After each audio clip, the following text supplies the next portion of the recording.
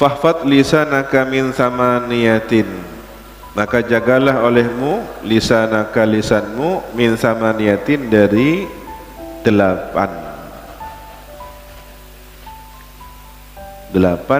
perkara.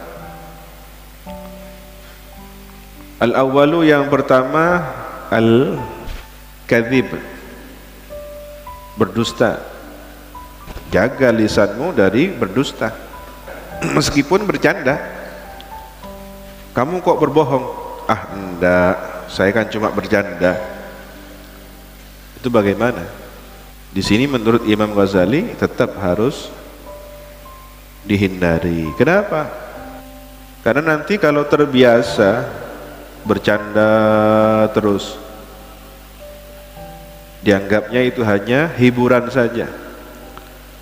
Jangan dianggap serius, ini kan cuma candaan biasa.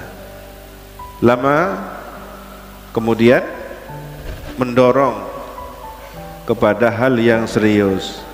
Pada akhirnya dia berbohong dalam hal yang serius, atau tidak dipercaya.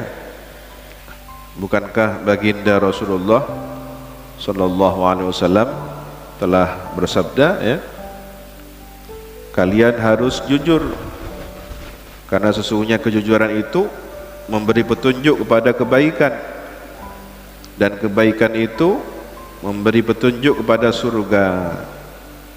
Dan hindarilah oleh kalian berdusta, karena berdusta memberi petunjuk kepada berbuat buruk, dan perbuatan buruk memberi petunjuk kepada neraka.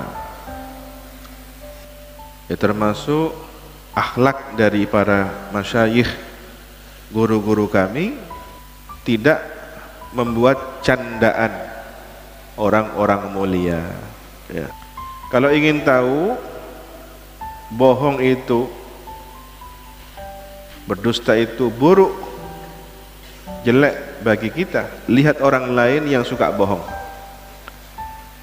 Bagaimana pandangan kita kepada orang yang suka bohong? Bagaimana perasaan kita meremehkan orang yang suka bohong? Contoh, di kelas, pemilihan ketua kelas, ada teman yang suka berbohong. Jangan pilih itu, pilih yang lain saja, yang tidak suka bercanda, tidak suka berbohong. Itu orangnya suka bohong. Maka orang lain memandang kita seperti itu juga. Kalau kita suka berbohong, kita akan dipandang rendah, tidak dianggap, tidak dipercaya, dihina, direndahkan. Jika berbohong ini adalah dosa, ya, maka semoga orang-orang yang suka berbohong itu diberi kesempatan bertaubat oleh Allah Subhanahu wa taala. Berbahaya jika seandainya yang suka berbohong itu adalah ustadz, korbannya adalah para murid. Jika yang suka berbohong itu adalah para kiai, korbannya adalah masyarakat. Jika yang suka berbohong itu adalah ulama, korbannya adalah umat. Jika yang suka berbohong itu adalah pemimpin, korbannya adalah rakyat. Dosa-dosa berbohong ini yang kemudian menular. Pemimpinnya suka berbohong, rakyatnya suka berbohong. Ulamanya suka berbohong, umatnya juga suka berbohong. Akhirnya tercipta masyarakat, generasi pendusta. Na'udzubillahi min dzalik. Bagaimana cara menghentikannya? Cara menghentikannya saling berdoa. Mudah-mudahan kita sendiri dan orang lain berhenti dari kebiasaan buruk berbohong, bercanda yang kemudian menjadi kebiasaan. Itu sebab awalnya. Ya. Salah satu faktor yang sering kita remehkan, bercanda, akerja, ya jadi akerja, ambu tak usah serius-serius kalau, akerja, jadi akan maknanya tak sepaneng, maknanya tak stres. Pada akhirnya dia terbiasa, serius pun dia berbohong. Ya. Dan subhanallah,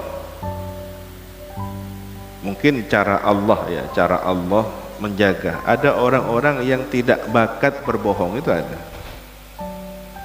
Dia mau bercanda, dari awal sudah ketahuan. Dia mau berbohong, bercanda dengan temannya, dari awal sudah berbohong, sehingga tidak laku candaannya, tidak menarik candaannya. Dan orang yang bisa membaca wajah seseorang, kelihatan ya, terlihat ekspresi wajah kebohongannya, kedustaannya. Wa kadzalika, dan seperti demikian itu, faf'al, maka lakukanlah olehmu, fi jami'i uyubi nafsika, pada seluruh aib-aib dirimu. Tidak hanya dalam masalah berbohong, tapi masalah yang lain. Jika tidak ingin dicaci, jangan mencaci. Jika tidak ingin digosip, ya diribah, jangan berribah. Tidak suka dirasani, jangan ngerasani. Jika kamu menganggap bahwa bohong itu yang ada pada orang lain adalah tidak baik, ya sama, orang lain juga menilai kebohongan yang ada pada dirimu, ya tidak baik juga. Tapi mun orang karti tanda ban jampo kerja congocoan ban ya banmu kontak para apa mun kok kan biasa lah, tidak mau dia.